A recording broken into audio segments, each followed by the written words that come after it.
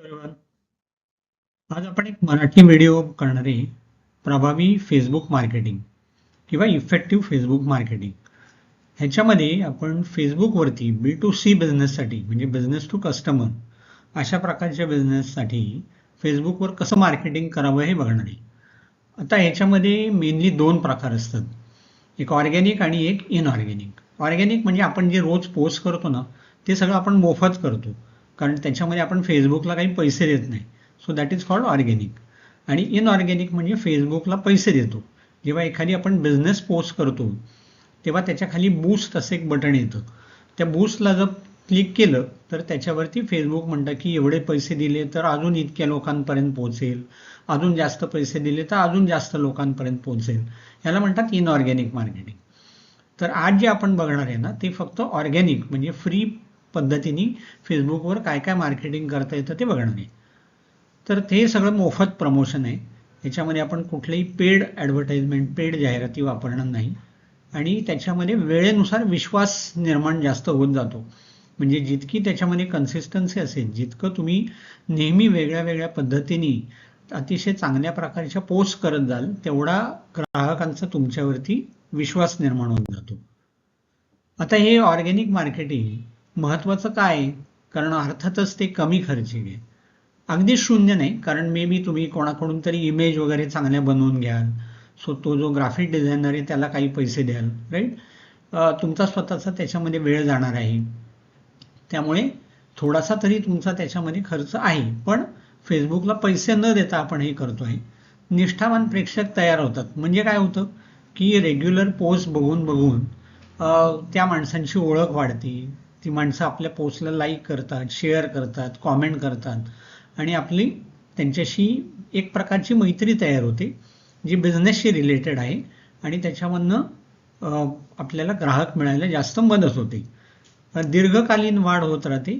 म्हणजे हळूहळू याच्यामध्ये आपले कस्टमर्स वाढत राहतात, त्यांचा विश्वास वाढत राहतो आणि आपल्याला एक सहज बदल त्याच्यामध्ये काही करता येतो. म्हणजे आज समजा मी एक रील केलं आणि असं वाटलं की नाही, रील काही लोकांना आवडत नाही, तर रील सोडून दिलं आणि फेसबुकवरती एक पोस्ट केली ज्याच्यामध्ये एक चांगली इमेज वापरली, त्याच्यावरती काही कॅप्शन लिहिलं. असा कुठलाही बदल जर मला त्याच्यामध्ये करावा असा वाटला, लोकांच्या आवडीनिवडीनुसार, माझ्या ग्राहकांच्या आवडीनिवडीनुसार, तर मी तो लगेचच दुसऱ्या दिवशी करू शकतो. म्हणून हे ऑर्गॅनिक मार्केटिंग अतिशय सोपं आहे आणि महत्वाचं आहे. आता फेसबुक अल्गोरिदम कसा चालतो? अल्गोरिदम म्हणजे काय की लोकांना कंटेंट आवडतंय का, तुम्ही नियमित पोस्ट करताय का, ते किती पोस्टला लाईक, कॉमेंट आणि शेअर करतात, ह्याच्यावरती फेसबुक ठरवते की ती पोस्ट अजून किती जास्तीत जास्त लोकांपर्यंत पोहोचवली जाईल. आता आपला हा जो चॅनल आहे ना, ह्याचीच मी जी पोस्ट केलेली आहे त्याचा एक स्क्रीनशॉट मी इथे ॲड केलेला आहे. तुम्ही बघाल की मी कोणतेही स्क्रीनशॉट ॲड करतो, कोणतेही इमेजेस ॲड करतो, या सगळ्या फ्री इमेजेस आहेत. दुसऱ्याच्या इमेजेस, दुसऱ्याच्या कॉपीराईट असलेल्या कुठलेही इमेजेस तुम्ही तुमच्या पोस्टमध्ये, प्रेझेंटेशनमध्ये, व्हिडिओमध्ये वापरू शकत नाही. ही एक महत्त्वाची गोष्ट आहे. ती तुम्ही लक्षात घ्यायला पाहिजे जेव्हा आपण फेसबुकवर पोस्ट करतो तेव्हा. आता आपल्याला नक्की कशासाठी जाहिरात करायची ह्याचं आपलं उद्दिष्ट किंवा गोल नक्की पाहिजे. आपल्याला फॉलोअर्स वाढवायचे आहेत का, एंगेजमेंट वाढवायची आहे का, आपली वेबसाईट आहे आणि त्या वेबसाईटवर जास्तीत जास्त लोकांनी व्हिजिट करावं, जास्तीत जास्त लोकांनी वेबसाईटवरती भेट द्यावी, तिथे आपलं जे सगळं कंटेंट आपण लिहिलेलं आहे ते वाचावं, ह्याच्यासाठी पाहिजे का, का आपल्याला डायरेक्ट लोकांचे फोन कॉल यायला पाहिजेत, व्हॉट्सॲप मेसेज यायला पाहिजेत, आपला एखादा छोटासा असा काही प्रॉडक्ट आहे जो आपल्याला थेट लोकांपर्यंत पोचवायचा आहे किंवा लोकांना विकायचं आहे, त्यासाठी लोकांनी एक डायरेक्ट त्या पोस्टच्या खाली असलेल्या बाय बटनवर क्लिक करून बाय म्हणावं, आपल्याला ऑनलाईन पेमेंट करावं आणि आपण त्यांना तो प्रॉडक्ट पाठवून द्यावा. असं काही उद्दिष्ट आहे का? हे उद्दिष्ट आधी नक्की ठरवायला पाहिजे आणि ते उद्दिष्ट ठरवल्यानंतर त्या पद्धतीने तुमची जाहिरात व्हायला पाहिजे. आता तुमच्या प्रेक्षकांना, असं मी म्हणलंय गमतीने, प्रेक्षकांना याचा अर्थ कस्टमरला, ते नक्की ओळखा, ते कोण आहेत. आपण गेल्या एका व्हिडिओमध्ये बायर पर्सोना हा कन्सेप्ट पाहिला होता. बायर पर्सोना म्हणजे काय असतं हे तुम्ही त्या व्हिडिओमध्ये जाऊन डिटेलमध्ये बघू शकता. पण त्याचा थोडक्यात अर्थ असा की तुमचा कस्टमर कोणत्या प्रकारचा आहे. त्या स्त्रिया आहेत, ते पुरुष आहेत, त्यांचं वय काय असणार आहे, ते राहतात कुठे, त्यांची भाषा कुठली आहे, त्यांना काय आवडतं, ह्याला म्हणतात बायर पर्सोना. तर त्या पद्धतीने तुमची जाहिरात करावी लागते, तरच ती लोकांना आवडेल. ह्या सगळ्या गोष्टींचा विचार करावा लागतो. त्यांना कोणत्या प्रकारच्या पोस्ट आवडतात, त्यांना नुसतं कंटेंट फक्त टेक्स्ट लिहिलेले अशा आवडतात का, इमेज आणि टेक्स्ट आवडतात का, रील आवडतात, व्हिडिओ आवडतात, ओके, का ॲनिमेटेड कार्टून टाईप पोस्ट आवडतात. हे हळूहळू तुम्हाला जसं तुम्ही वेगवेगळ्या प्रकारच्या पोस्ट ट्राय कराल तर आणि त्याला जो काय रिस्पॉन्स येईल लोकांकडनं, त्याला लाईक, शेअर, कॉमेंट्स किती येतात ह्याच्यावरनं तुम्हाला कळेल की आपल्या प्रेक्षकांना किंवा आपल्या कस्टमर्सना किंवा आपल्या वुड बी कस्टमर्सना कोणत्या प्रकारच्या पोस्ट आवडतात. ते कधी सक्रिय असतात, ते फेसबुकवर कधी असतात, कोणत्या दिवशी, कोणत्या वेळी, हे पण पोस्ट करताना नक्की महत्वाचं आहे आणि तुम्ही त्या पद्धतीने त्या पोस्ट करायला पाहिजे. पूर्ण माहितीची एखादी पोस्ट असते की फक्त माहिती दिलेली, त्याच्यात काही जाहिरात नाही. दुसरा प्रकार असतो की माहिती पण आहे आणि जाहिरात पण आहे. तिसरा असतो मनोरंजक पोस्ट, आहे फक्त तिथे तुमचा लोगो वगैरे, त्यामुळे तुम्ही कोणी पोस्ट केली एवढं कळू शकतं. आणि प्रमोशनल पोस्ट म्हणजे पूर्णपणे जाहिरातच आहे, फक्त माझ्या प्रॉडक्टची किंवा सर्व्हिसची मी त्याच्यामध्ये जाहिरात केलेली आहे. पण या पोस्ट आपण कमी प्रमाणात वापरायला पाहिजे, कारण सतत जाहिरातीचा मारा करत राहिलं तर लोक तुम्हाला अनफ्रेंड करतील किंवा तुमच्या पोस्टकडे दुर्लक्ष करतील. ओके, त्यामुळे खूप अति जाहिरात करणं हे सुद्धा वाईट आहे, त्या जाहिरातीचा उलटा इम्पॅक्ट होऊ शकतो. कंटेंट फॉर्मॅट कुठले असतात, व्हिडिओ आहे, यूट्यूबचा एखादा मोठा व्हिडिओ आहे, शॉर्ट व्हिडिओ आहे, राईट, रील आहे, इमेजेस आहेत. आता हे इमेजेस तुम्ही आयदर स्वतः बनवू शकता, जर तुम्हाला ते स्किल माहीत असेल तर AI जनरेटेड इमेजेस बनवू शकता. AIचे अनेक टूल आहेत ज्याच्यामधनं इमेज बनवता येतात, किंवा काही मी इथे साईट दिलेल्या आहेत, पिक्साबे, फ्रीपिक, पिक्सेल्स, नॅपी, या साईटवरती तुम्ही जा आणि तिथे दोन प्रकारचे इमेज असतात, एक फ्री आणि एक पेड. तर त्यातल्या फ्री इमेजेस तुम्ही डाउनलोड करून तुमच्या जाहिरातीमध्ये डायरेक्टली वापरू शकता किंवा त्यात थोडंफार मॉडिफिकेशन करून पण वापरू शकता. तुमचे कॅप्शन छोटे असावेत, खूप मोठं कॅप्शन त्या तुमच्या जाहिरातीमध्ये नसावं. त्याच्यामध्ये फक्त मजकूर असू शकतो किंवा मजकूर प्लस इमेज असू शकतो. स्टोरीज तुम्हाला माहित आहेत, इंस्टाग्रामच्या स्टोरीज आहेत, फेसबुकच्या स्टोरीज आहेत, किंवा इंस्टाग्राम आणि फेसबुकवर कंबाईन करून एकच स्टोरी दोन्हीकडे वापरू शकता, दोन्ही जॉईन करू शकता. तर चांगल्या इमेजेस, चांगले व्हिडिओज, आकर्षक शीर्षक, ग्राहकाचा कशामध्ये फायदा आहे हे सांगणाऱ्या पोस्ट, त्यांचा अभिप्राय, एखाद्याने तुम्हाला चांगला अभिप्राय दिलाय, तो अभिप्राय हीच तुमची पोस्ट असू शकते. उपयुक्त माहिती, कॉपीराईट नसलेले कंटेंट, कॉपीराईट नसलेल्या इमेजेस, या सगळ्या वापरून जेव्हा तुम्ही पोस्ट बनवता तेव्हा त्याचा नक्कीच चांगला इम्पॅक्ट तुमच्या मार्केटिंगवरती येतो. आता पोस्टिंग करताना काय काय पाळायला पाहिजे, नियमित पोस्ट करा, योग्य वेळ निवडा.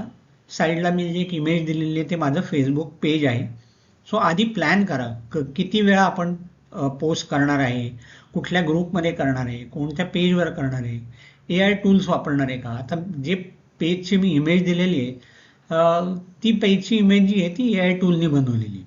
आपलं एक व्यावसायिक पेज बनवा, स्वतःच्या नावावरूनच पोस्ट करण्यापेक्षा तुमचं बिझनेसचं काहीतरी नाव असेल, त्या बिझनेसच्या नावाने एक फेसबुकचं पेज तयार करा, त्याच्यावरती प्रॉपर लोगो वगैरे करा, ओके, आणि त्या बिझनेस पेजवरनं पोस्ट करा. त्याला व्हॉट्सॲप जोडता येतं तुम्हाला, त्यामुळे लोक जे कॉमेंट करतात ते डायरेक्टली तुमच्या व्हॉट्सॲपवरती येऊ शकतात. एखाद्याला इंटरेस्ट येतो तुम्हाला त्या पेजवरनंच व्हॉट्सॲपवर कॉन्टॅक्ट करू शकतो. चांगले ग्रुप जॉईन करा, ग्रुपमध्ये पण पोस्ट करा, तुमच्या मित्रांना त्यांना विचारून टॅग करा, चांगले हॅशटॅग वापरा, तुमच्याशी रिलेटेड जे हॅशटॅग आहेत ते वापरा.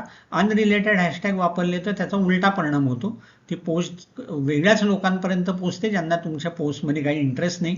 त्यामुळे रिलेटेड हॅशटॅग वापरणं खूप महत्त्वाचं आहे. ॲट फॉलोअर्स, ॲट हायलाईट असं बऱ्याच पोस्टच्या खाली तुम्ही वापरलेलं पाहिलं असेल. पण या प्रकारचे जे कंटेंट आहे ते तुम्ही ठराविक ठिकाणीच वापरू शकता, तुमच्या पर्सनल पोस्टला हे वापरू शकत नाही, हे बिझनेस पोस्टला, ग्रुपमध्ये हे वापरता येतं. आणि स्टोरीजचा नक्कीच इम्पॅक्ट होतो. ऑब्व्हियसली हे सगळं आपण फक्त फेसबुकबद्दल बोलतोय, किंवा फेसबुक आणि इंस्टाग्राम सुद्धा तुम्ही याच्यामध्ये मर्ज करू शकता. पण अनेक बाकीच्या गोष्टी ज्या आपण बाकीचे काही सोशल मीडिया मार्केटिंग किंवा डिजिटल मार्केटिंगचे व्हिडिओ करणारे, त्याच्यामध्ये अजून बऱ्याचशा गोष्टी आपण कव्हर करू. आज आपण जे बोलतोय ते फक्त प्रामुख्याने फेसबुक विषयी बोलतोय. एंगेजमेंट वाढणं महत्त्वाचं आहे लोकांची, म्हणजे त्यांना प्रश्न विचारा, त्यांचे कॉमेंट्स काही असतील तर त्याला उत्तर द्या. ओके. पोल्स वापरा, की एखादी गोष्ट करावी का करू नये का, कोणत्या प्रकारची जाहिरात तुम्हाला आवडली, अशा प्रकारचे पोल्स करा, लोकांचा त्याच्यावरती फीडबॅक घ्या आणि त्याप्रमाणे तुमच्या पुढच्या जाहिराती ठरवा. सो या सगळ्या गोष्टी करणं हे एंगेजमेंट वाढवणे, लोकांची तुमच्या प्रॉडक्टमध्ये, सर्व्हिसेसमध्ये, तुमच्या बिझनेसमध्ये एंगेजमेंट करणं महत्त्वाचं आहे.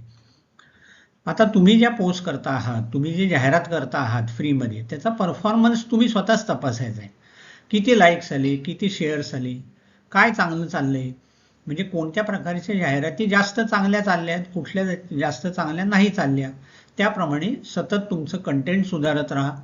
वेगवेगळे फॉर्मॅट, आपण जे मगाशी वेगवेगळे फॉर्मॅट बघितले ते वापरून पहा. एकच पोस्ट महिनाभर 30 पोस्ट टाकत राहिलं ना, तर खरं सांगतो ती पोस्ट कोणीही बघत नाही, लोक जस्ट इग्नोर करून पुढे निघून जातात.